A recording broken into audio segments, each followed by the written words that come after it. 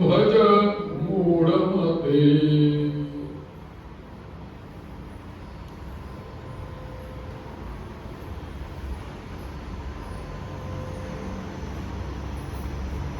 याच्यानंतर तिसरा श्लोक असा आहे, नारी स्तनभरनाभिदेशं दृष्ट्वा मागा मोहावेशम् एतन्मांसवसादिविकारं मनसि विचिन्तय वारं वारम्. नारी स्तनभरनाभिदेशं. आचार्य म्हणतात, हे मूढ होते, अरे तू कुठे आसक्त होतोयस? स्त्रियांचं सौंदर्य पाहून तू मोहवश होऊ नकोस. हे सर्व मांसाचे विकार आहेत आणि याचा पुन्हा पुन्हा मनामध्ये तू विचार कर की हे मांसाचे गोळे पाहून तू त्याच्याकडे कशाला आकर्षित होतोयस. नारी स्तनभर नाभिदेशम. म्हणून भावार्थ काय आहे? धनाच्या तृष्णेचा त्याग सांगितला आणि या श्लोकामध्ये आचार्य धनानंतर लगेच काय सांगतायत? या श्लोकामध्ये स्त्रीबद्दल वाटणाऱ्या मोहाचा त्याग तू कर असं आचार्य इथे आपल्याला सांगतात. म्हणून का तर प्रत्येक माणसाच्या मनामध्ये स्वभावतः एकदा इच्छा निर्माण झाल्या की त्या कशा निर्माण होतात? पहिली इच्छा असते वित्तेच्छा, दुसरी इच्छा असते मगाशी मी सांगितलं लोकेच्छा, आणि तिसरी इच्छा असते पुत्रेच्छा, दारेच्छा. अशा 3 प्रकारच्या इच्छा प्रबल असतात. आणि म्हणजे धनाची इच्छा, लोकेच्छा म्हणजे प्रसिद्धी प्रतिष्ठा मान सन्मान याची इच्छा, पुत्रेच्छा म्हणजे काय? प्रजा उत्पत्तीची इच्छा म्हणजे पत्नीची इच्छा. अशा इच्छा पूर्ण करण्याचा माणूस सतत आयुष्यभर प्रयत्न करत असतो. पण हे सगळे प्रयत्न करत असताना जोपर्यंत हा मनुष्य धर्माच्या, न्यायाच्या, नीतीच्या, सत्कर्माच्या आधारे या इच्छा पूर्ण करण्यासाठी मनुष्य प्रयत्नशील असतो, तोपर्यंत त्याचं जीवन हे धर्माधिष्ठित असून ते सुरक्षित असतं. म्हणून आपल्याकडे दारेच्छा, दारा म्हणजे स्त्री, पत्नी किंवा स्त्री इच्छा किंवा पुत्रेच्छा, याच्याकरता आपल्याकडे विवाह संस्कार सांगितलं. आणि विवाह संस्कार सांगताना गीतेमध्ये काय म्हटले भगवंतांनी? काम हा सगळ्यांनाच आहे, कोणाला काम नाहीये. कामामुळे तर सगळी प्रजोत्पत्ती आहे. पण काम हा जरी असला तरी धर्माविरुद्धो भूतेषु कामोस्मी भरत ऋषभ. धर्माला अविरुद्ध असणारा काम ही माझी विभूती आहे असं भगवंत म्हणतात. म्हणून आपल्याकडे विवाह हा संस्कार आहे आणि पाश्चात्यांमध्ये विवाह हा करार आहे. करार जो असतो ना, ती दारेच्छा आहे, तृष्णा आहे, आणि विवाह हा संस्कार आहे. करार हा वरच्यावर असतो, संस्कार हा आतपर्यंत रुजलेला असतो. म्हणून धर्माला तो धर्मानी हे सगळं सुरक्षित. म्हणून आपल्याकडे 4 पुरुषार्थ आहेत ना, कुठले कुठले? धर्म, अर्थ, काम आणि मोक्ष. म्हणून मोक्ष आणि धर्म या 2 नदीचे किनारे आहेत. कल्पना करा, एक किनारा आहे धर्म, दुसरा किनारा आहे मोक्ष, आणि धर्म आणि मोक्ष या दोन्ही किनाऱ्यांच्या मध्ये नदी वाहते. ती नदी आहे अर्थ आणि काम. म्हणून अर्थ आणि काम हे किनारे नाहीये. अर्थ आणि काम, धर्म आणि मोक्ष याच्या मर्यादेमध्ये पाहिजे. म्हणून धर्मानी अर्थ मिळवायचा आहे, धर्मानी काम उपभोगायचं आहे, धर्मानी मोक्ष मिळवायचा आहे. धर्म सगळीकडे कॉमन आहे. म्हणून धर्म, अर्थ, काम आणि मोक्ष. म्हणून जिथपर्यंत सदाचाराने आपण जीवन जगतोय ना, तेव्हा आपलं धर्माधिष्ठित जीवन असतं, सुरक्षित असतं. परंतु जेव्हा माणसाच्या इच्छा पूर्ण करण्यासाठी धर्माच्या विरुद्ध आपण काम करतो, प्रतिकूल गोष्टी करतो, मग त्याच्यामध्ये काय गोष्टी येतात? व्यवसाय धंदा करत असताना असत्य, त्याच्यानंतर हिंसा, त्याच्यानंतर व्यभिचार, या सगळ्या दुष्कृत्यांच्या मधून तो मनुष्य प्रवृत्त होतो, तेव्हा मात्र त्या माणसाचं अधःपतन होतं. मग कल्पना करा, इथे आचार्य जेव्हा सांगतात आपल्याला की जेव्हा धर्माधिष्ठित तुझं जीवन असेल तेव्हा तू आपोआपच या गोष्टींकडे जाणार नाहीयेस. पण तू एकदा धर्माधिष्ठित जीवन जर का तुझं सुटलं तर तू या सगळ्या गोष्टींमध्ये प्रवृत्त होणार आहेस आणि तुझं अधःपतन होणार आहे.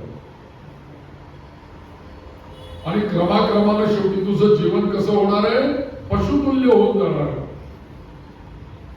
म्हणूनच आचार्यांनी मागच्या श्लोकामध्ये ठेवलं बघा, वित्तेच्छा आणि लोकेच्छा यांचा तू त्याग कर, असं आचार्य सांगतात.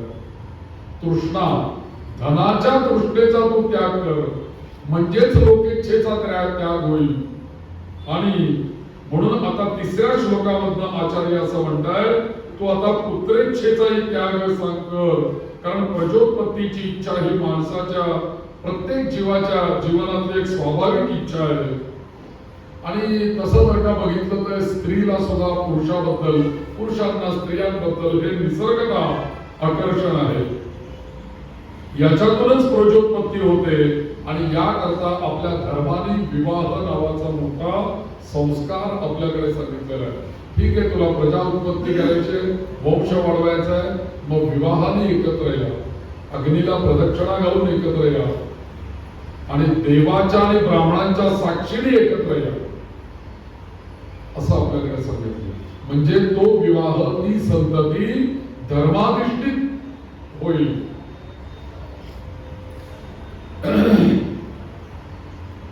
म्हणून वधूवरांची निवड कशी करायची इथपासून आपल्याकडे विचार केलेला आहे. कुलंच शीलंच वयश्च रूपम विद्याच वित्तंच सनातनांच. काय काय बघायचंय? कुल बघायचंय, शील बघायचंय, वय बघायचंय, रूप बघायचंय, विद्याच वित्तंच, विद्या बघायचे, वित्त बघायचंय. हे सगळं बघून मग कन्यादान करायचं. म्हणून संयमित कन्यादान केल्यानंतर आणि 4 आश्रम आहेत आपल्याकडे. पहिला आहे ब्रह्मचर्य आश्रम, दुसरा आहे गृहस्थ आश्रम, तिसरा आहे वानप्रस्थ आश्रम आणि चौथा आहे संन्यास आश्रम. कुठल्या तरी आश्रमामध्ये आपलं जीवन असायला पाहिजे. आणि म्हणून शास्त्रकार असं म्हणतात की विवाह करून तू या सगळ्या इच्छा पूर्ण कर. त्याकरता तू 25 वर्ष गृहस्थ आश्रम जपा. म्हणून बरोबर पहिली 25 पर्यंत विद्याग्रहण ब्रह्मचर्य आश्रम, दुसरी 25 गृहस्थ आश्रम, तिसरी 25 वानप्रस्थ, चौथी 25 म्हणजे 25 याचा अर्थ 100 वर्ष आयुष्य गृहीत धरलं तर, नाहीतर 1/4 भाग जे काही आयुष्य असेल ते. समजा 60 वर्षाचे आयुष्य संपलं तर काय, मग 20 वर्षाचे 4 भाग होते.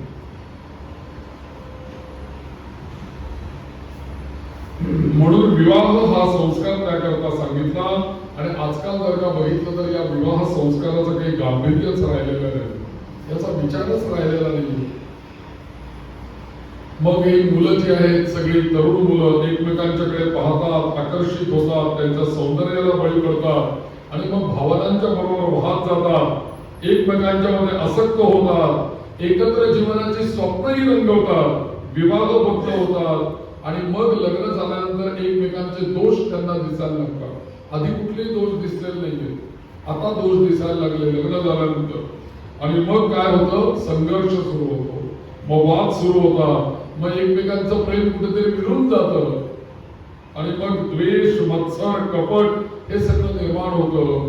आणि मग पुढे काय होतं, घटस्फोट, विवाहाचं अशा पद्धतीने. म्हणून आचार्य इथे उपदेश देतात की अरे नारी स्तनभर नाभी देशम दृष्ट्वा मागा मोहामेशम एतन मांसवसादि विकारम मनसी विचिंतय वारंवार. हे मूढ पुरुषा, अरे हे स्त्री हे सौंदर्याचं प्रतीक आहे. बाहेरून किती जरी सुंदर दिसलं तरी एक विवेक तू असा कर, विचार असा कर की त्याची मीमांसा कर की ज्या शरीरावर, ज्या बाह्य सौंदर्यावरती माझं मन आकर्षित होतोय त्या शरीराचं खरं स्वरूप काय आहे, ते शरीर म्हणजे काय आहे हे आचार्य सांगतायत. एतत् मांसवसादि विकारम.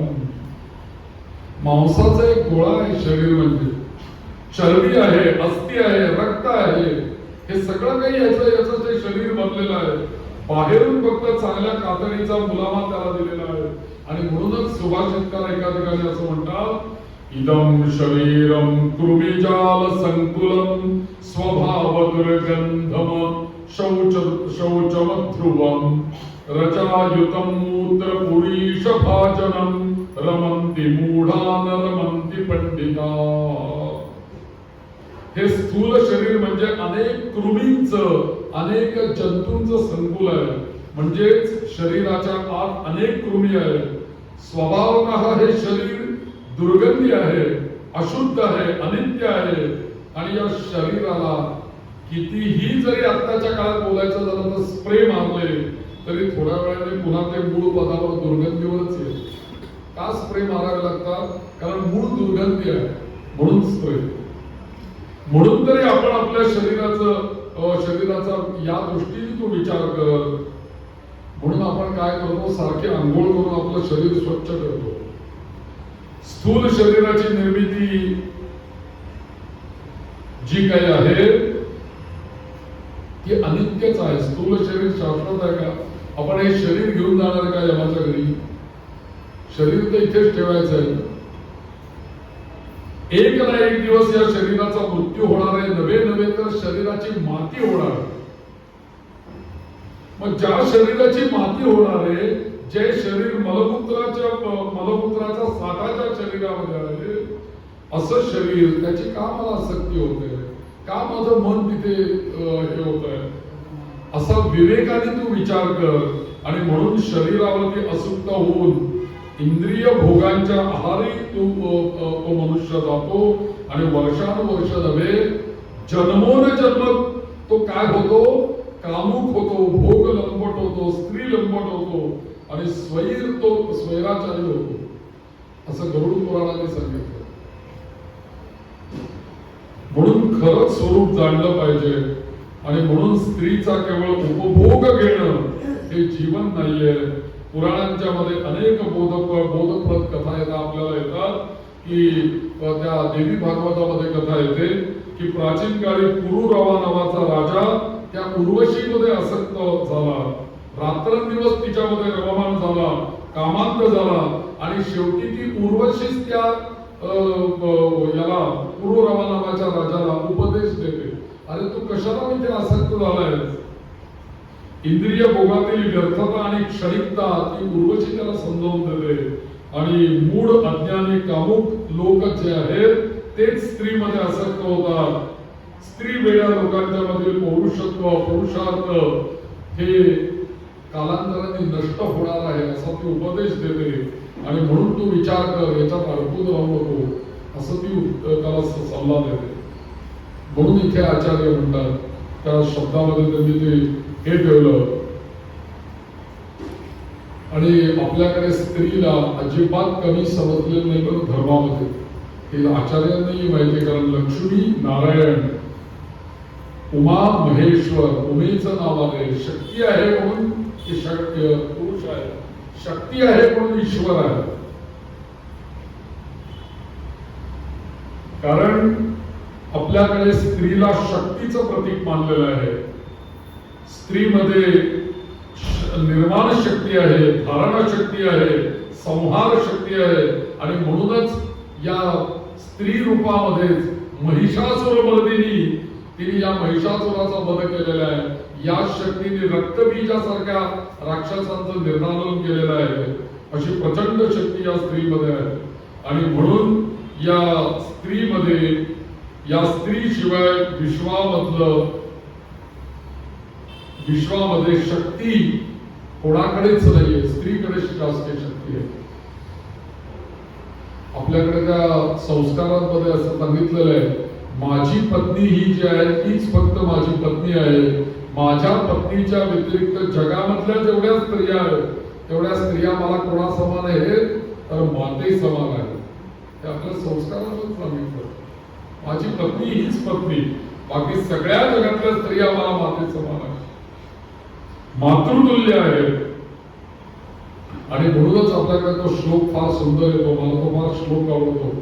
या देवी सर्वभूतेषु मातृरूपेण संस्थिता नमस्तस्यै नमस्तस्यै नमस्तस्यै नमो नमः. स्त्रीकडे पाहण्याची उदात्त दृष्टी याच्यापेक्षा कुठली आहे मला सांगा या श्लोकामध्ये आपल्याला. या देवी सर्वभूतेषु मातृरूपेण संस्थिता. अशा वृत्तीने जर का आपण बघितलं तर आपल्यातले काम, लोभ, मोह, कामुकता या सगळ्या गोष्टी आपोआप गळून पडतात आणि मन आपलं मोहवश होत नाही. कारण नमस्तस्यै नमस्तस्यै नमस्तस्यै नमो नमः.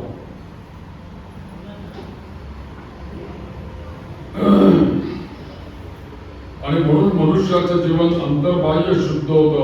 आपल्याकडे त्या संन्याशांना नमस्कार करताना एक सुंदर मंत्र म्हटला जातो. तो मंत्र असा आहे, न कर्मणा न प्रजया धने न त्यागे नैके अमृतत्वमस्याम. असा मंत्र आहे. संन्याशांना नमस्कार करताना अमृतत्वमानशुः म्हणजे काय, कोणाला मी नमस्कार करतोय, ज्याने कर्म, प्रचोत्पत्ती, धन यानी अमृतत्वाची प्राप्ती होत नाही, तर केवळ त्यागाने ज्याने अमृतत्वाची प्राप्ती केलेली आहे अशाला मी नमस्कार करतो. संन्याशाने काय केलेलं आहे, त्याग केलेला आहे ना सगळ्याचा. त्यांनी धनाचा त्याग केलाय, सगळ्याचाच मोहाचा, पत्नीचा, कामाचा, सगळ्याचा त्याग केलाय.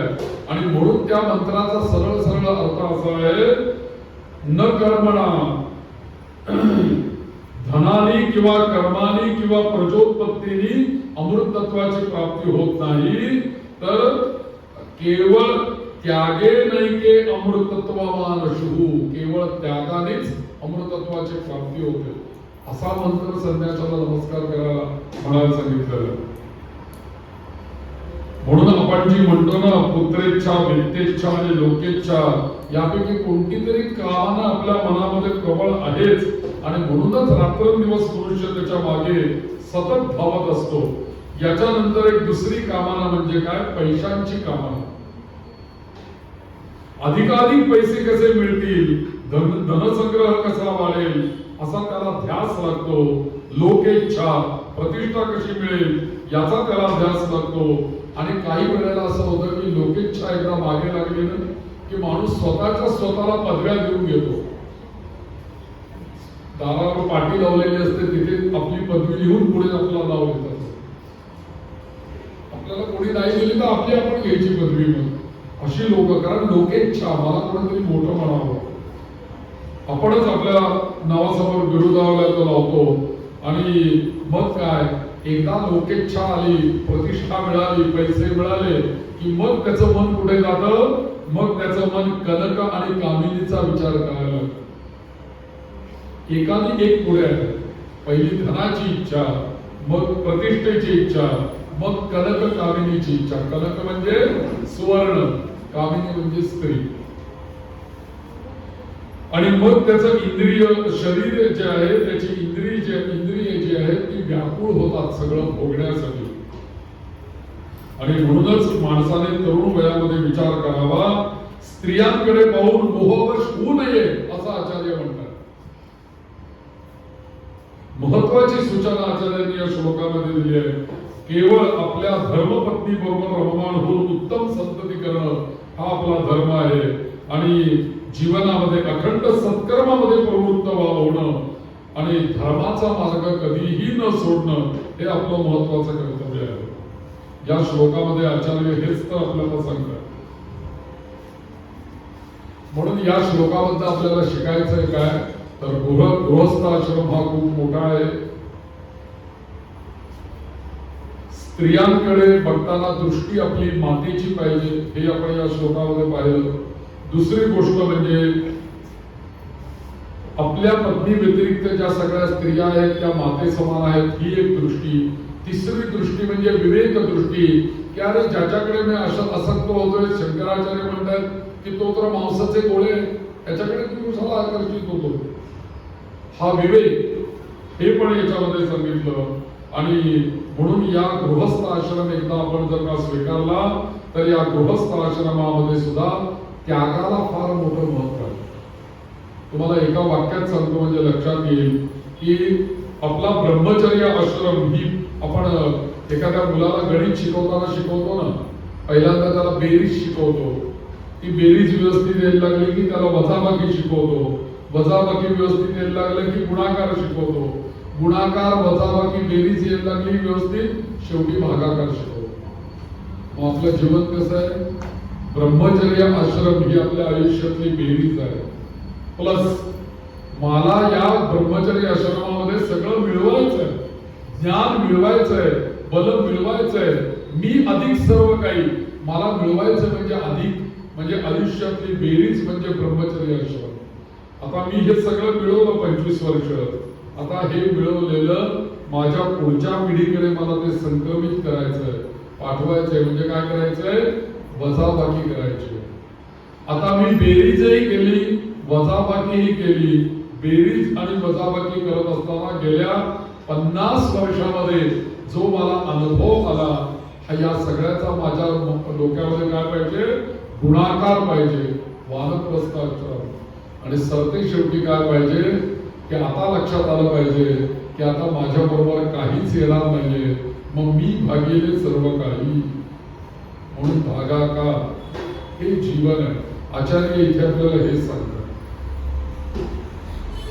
म्हणून गृहस्थ आश्रम जेव्हा आपण स्वीकारतो तेव्हा या गृहस्थ आश्रमामध्ये सुद्धा त्यागाला महत्व आहे. म्हणून गृहस्थ आश्रमामध्ये मातृदेवो भव, पितृदेवो भव, आचार्य देवो भव, अतिथी देवो भव असे आपल्याला आदेश आहेत. या सगळ्यांचा सन्मान केला पाहिजे. आणि गृहस्थ आश्रमाने मला तुम्ही सांगा, भिक्षा जर का मागायची झाली तर ती कोणाकडे मागणार आपण? संन्यासाला भिक्षा मागायची, ब्रह्मचर्य आश्रमातल्या माणसाला भिक्षा मागायची आहे, कुणाकडे भिक्षेला जायचं? तर त्याला गृहस्थ आश्रमाकडेच यावं लागेल. गृहस्थ आश्रमीच भिक्षा घालू शकेल ना. मग एका गृहस्थ आश्रमावरती उरलेले सगळे आश्रम अवलंबून आहेत. म्हणून धन्य तो गृहस्थ आश्रम. म्हणून पती आणि पत्नींनी नीती मूल्यांचं जीवन जगणं, आपल्या मनामधील कामनांचं उदात्तीकरण करणं आणि या विश्वनियंत्या परमेश्वरावरती नितांत श्रद्धा ठेवणं आणि काया वाचा आणि मनसा धर्मपरायण, ईश्वरपरायण आपलं जीवन असणं आणि आपले आई वडील, सासू सासरे, गुरु, अतिथी, ईश्वर या सगळ्यांची निरंतर सेवा करणं हे पती पत्नींचं जीवन आहे. हा गृहस्थ आश्रम आहे. या श्लोकाचा सगळ्यात अभिप्राय हा आहे की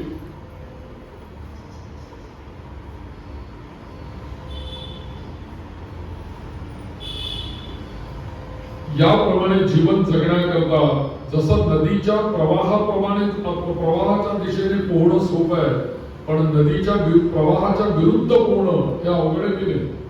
समजा नदी इकडनं इकडे वाहत येते, इकडून इकडे पोहत येणं सोपं आहे, पण इकडून इकडे पोहत जायचं म्हटलं तर अवघड आहे. प्रवाहाच्या विरुद्ध दिशेने पोहणं अवघड आहे.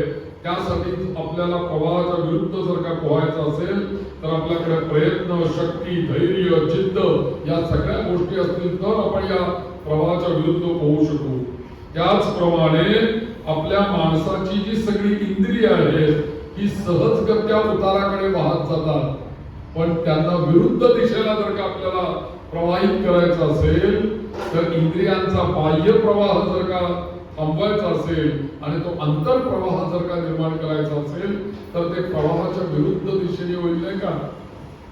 मग ते प्रवाहाच्या विरुद्ध दिशेने जर का इंद्रियांना आपल्याला जे डोळे नको ते बघतायत, जे कान नको ते ऐकतायत, जे तोंड नको ते खाताय पिताय, त्याला संयमात ठेवायचं, त्याला एकादशी दाखवायची म्हणजे प्रवाहाच्या विरुद्ध आहे ना. किंवा आपल्याला उपवास असताना तो सगळ्यात महत्वाचे मला ते वाटतं की उपवास असणारा मनुष्य जेव्हा लग्नाला जाऊन बसतो आणि सगळे खात पीत असतात, विशेषतः आत्ताच्या लग्नामध्ये अगदी स्टार्टर पासून, तेव्हा त्या बिचाराची काय अवस्था होत असेल असं आपल्याला वाटतं. पण ज्याचा संयम असतो त्याला काहीच वाटत नाही त्याचं. म्हणजे इतका त्यांनी मनावरती निग्रह केलाय, बाजूचे 100 लोक खात आहेत पण त्याला मनाला खाण्याची इच्छा न होणं हे प्रवाहाच्या विरुद्ध आहे. हे करायला जिद्द चिकाटली आणि ईश्वराचा आशीर्वादच पाहिजे, म्हणून भज गोविंद. आणि इथे आचार्य म्हणतायत सहज प्रवृत्ती तुझ्या इंद्रियांची आहे. डोळे तुला इच्छा नसताना सुद्धा समोर काही दृश्य घडत असेल तर तुला दिसणार आहे, समोर काही चाललं असेल तर तुला ऐकायला येणार आहे, पण तू त्याच्यामध्ये आसक्त व्हायचं की नाही ते तू ठरव. त्याच्या विरुद्ध तुला येता आलं पाहिजे. म्हणून इंद्रियांच्या स्वैर प्रवृत्तीवर नियमन करून संयमित आचार धर्मांचं जीवन जगणं हे अवघड आहे, प्रवाहाच्या विरुद्ध आहे.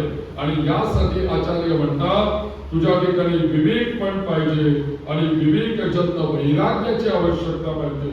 आणि म्हणूनच आचार्य इथे वारंवार सांगतात की वारंवार विचिंतय, वारंवार तू हाच विचार कर की मला या प्रवाहामध्ये वाहत जायचंय का या प्रवाहाच्या विरुद्ध माझी इंद्रिय आणायची. हा तो विचार कर, साराचार विचार कर. आणि हा विचार कसा करावा, विचाराची दिशा काय याचं स्पष्टीकरण आपल्याला आचार्य देतात. भज गोविंदम भज गोविंदम गोविंदम भज मूढमते संप्राप्ते सन्निहिते मरणे नहि नहि रक्षति दुःखं करणे. एकदा म्हणा भज गोविंदम भज गोविंदम गोविंदम भज मूढमते भज गोविंदम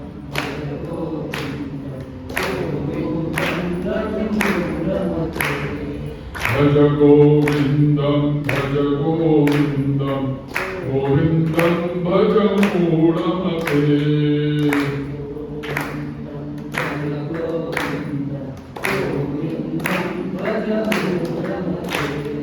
गोविंदम भज मूढमते.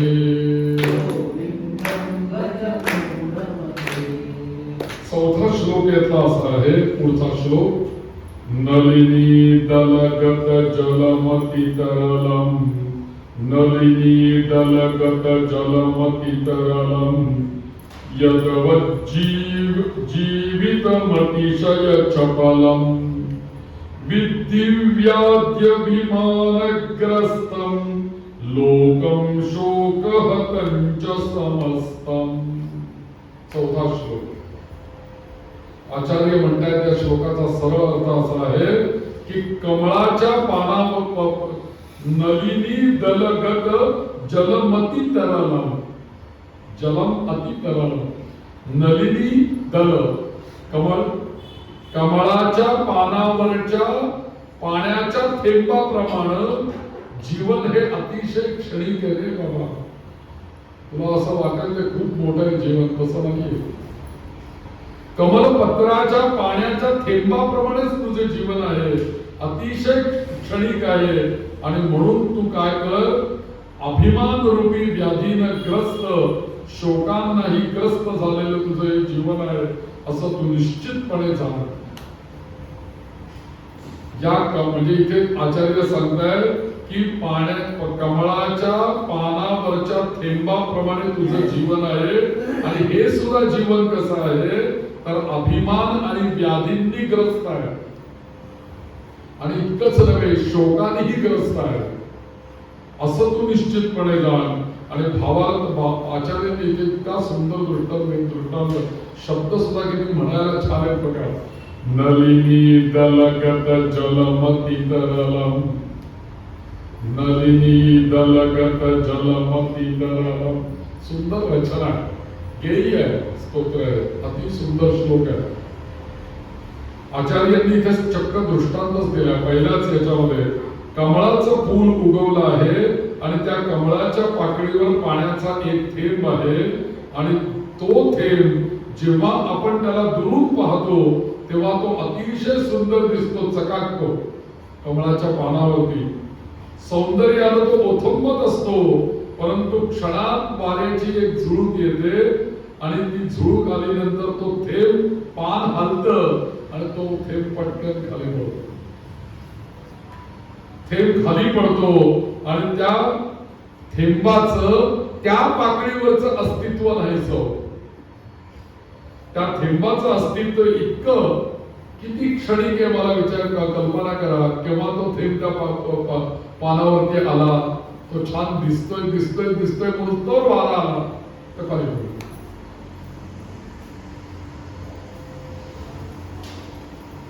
या थेंबाचं अस्तित्व इतकं क्षणिक आणि अस्थिर आणि क्षणभंगूर आहे. तसंच त्या पाण्याच्या थेंबाला पाकळी आणि पान हे त्याचं अधिष्ठान असतं. तर पानाच्या पृष्ठभागावर त्या थेंबाला अस्तित्व मिळतं. त्याचप्रमाणे आपलं मानवी जीवन आहे असं आचार्य म्हणतात. हे जीवन आपल्याला दिसत असताना अतिशय सुंदर दिसतं, अतिशय सुंदर दिसतं. परंतु या विश्वामध्ये माणसाप्रमाणे अनेक प्राणी मात्र आहेत. परंतु त्या सर्वांच्या मध्ये माणसाचं जीवन हेच अतिशय श्रेष्ठ आहे. कारण फक्त माणसामध्येच विवेक शक्ती आहे आणि या सत्सद विवेक बुद्धीमुळे माणसाच्या जीवनाला खऱ्या अर्थानं सौंदर्य प्राप्त झालेलं आहे. आणि विवेकामुळेच मनुष्य जीवन विश्वामध्ये सर्वात जास्त उत्क्रांत आणि विकसित झालेला आहे. आणि म्हणून आचार्य म्हणतात, एका दुसऱ्या स्तोत्रामध्ये म्हणतात, जंतूनां नर जन्म दुर्लभम, असं आचार्य म्हणतात. म्हणजे सर्व प्राणी मात्रांच्या मध्ये सगळ्यात दुर्लभ गोष्ट काय आहे तर आपल्याला अनंत योनीमधनं न जन्म मिळता जन्म घेताना आपल्याला माणसाचा जन्म मिळणं हे दुर्लभ आहे. समजा आपल्याला कोंबड्याचा, कुत्र्याचा, बकरीचा जन्म घातला असता तर, पक्षाच्या जन्माला गेलो असतो, झाडाच्या जन्माला गेलो असतो तर हा विवेक आपल्याला मिळाला असता का? गोविंद गोविंद आपल्याला म्हणता आलं असतं का? कल्पना करा. म्हणून या प्राणी मात्रांच्या माणसामध्ये प्राण्यांच्या मध्ये मनुष्य जन्म अत्यंत दुर्लभ आहे. आणि त्याच्यामध्ये सुद्धा माणसाच्या जन्मामध्ये आल्यानंतर सुद्धा विवेक शक्तीच्या साह्यानं हा माणूस केवळ आणि केवळ विवेकाच्या साह्यानं नराचा नारायण बनण्याची क्षमता या शरीरामध्ये आहे. विवेक शक्तीच्या आधारे. बाकीच्या कोणी शरीरामध्ये आहे का मला सांगा. पण हा विवेक जर का रात्रंदिवस आपल्याकडे जागृत असेल तर तो केवळ आकाशालाच गवसणी घालतो असं नाही, तर आकाशाच्याही अतीत, दृश्य विश्वाच्या अतीत, शरीराच्या अतीत असणाऱ्या शाश्वत चिरंतन तत्वाची तो प्राप्ती करून घेऊ शकतो केवळ विवेकाच्या आधारे. आणि म्हणूनच मनुष्याचं जीवन अत्यंत सुंदर, दुर्मिळ आहे. हे सौंदर्य बहिरंगाचं नसून अंतरंगाचं विवेक सौंदर्य आहे. म्हणजे एका त्या कमळाच्या पानाच्या थेंबावरनं आचार्य आपल्याला काय काय सूचित करू इच्छितात बघा. एक दुसरं एक स्तोत्र आहे आचार्यांचं, शंकरांच्या बद्दल शिव अपराध क्षमापन स्तोत्र म्हणून. त्याच्यामध्ये असा एक श्लोक येतो, असं इथे जसं सांगितलंय तसं त्याच्यामध्ये उदाहरण आचार्यांनी दिलंय. आयुर्नश्यति पश्यतां प्रतिदिनं याति क्षयं यौवनम्. आयुर्नश्यति पश्यतां प्रतिदिनं, प्रत्येक क्षणाक्षणाला तुझं आयुष्य नष्ट होतंय. जसं समुद्राच्या किनाऱ्यावरती जर का तू वाळू हातामध्ये घेतली तर वाळू हातामध्ये घेतल्यानंतर जसं टपटप टपटप त्यातलं पाणी गळत राहतं, तद्वत जन्माला आल्यापासून एक एक क्षण, एक एक दिवस, एक एक घटिका तू त्या मृत्यूकडे चाललेला आहेस. आयुर्नश्यति पश्यतां प्रतिदिनं याति क्षय यौवनम्. यौवन म्हणता म्हणता तारुण्य, म्हणता म्हणता तारुण्य केव्हा सरून गेलं. आणि आचार्य म्हणतात कसं आहे, विद्युत्तरं जीवनम. तुला असं वाटेल की बालपणी जन्माला आलो, मग तरुण झालो, मग प्रौढ झालो, मग वृद्ध झालो आणि मग आहे मी उपभोगतोय. असं नाही रे बाबा. आचार्य म्हणतात विद्युत्तरं जीवनम. तुला जरी ते 100 वर्षाचं आयुष्य वाटलं तर या ब्रह्मांडाच्या दृष्टीने आकाशात वीज चमकावी, ती किती वेळ चमकते? विद्युत्तरं जीवनम, एवढंच तुझं जीवन. हा दृष्टांत एका स्तोत्रात दिला. या स्तोत्रामध्ये आचार्य सांगतायत कमळाच्या पानावरचा असलेला थेंब याचं उदाहरण देतात. मात्र असं असून सुद्धा माणसाचं जीवन दुसऱ्या बाजूला अत्यंत गतिमान नदीच्या वेगवान प्रवाहाप्रमाणे अखंडित प्रवाहित आहे.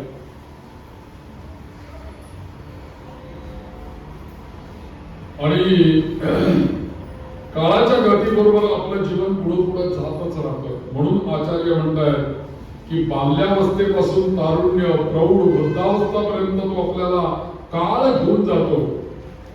आणि पाहता पाहता अनपेक्षितपणानं कोणत्याही क्षणाला आपलं अस्तित्व या कमळावरच्या या पाण्याच्या थेंबाप्रमाणे नष्ट होऊन जातं.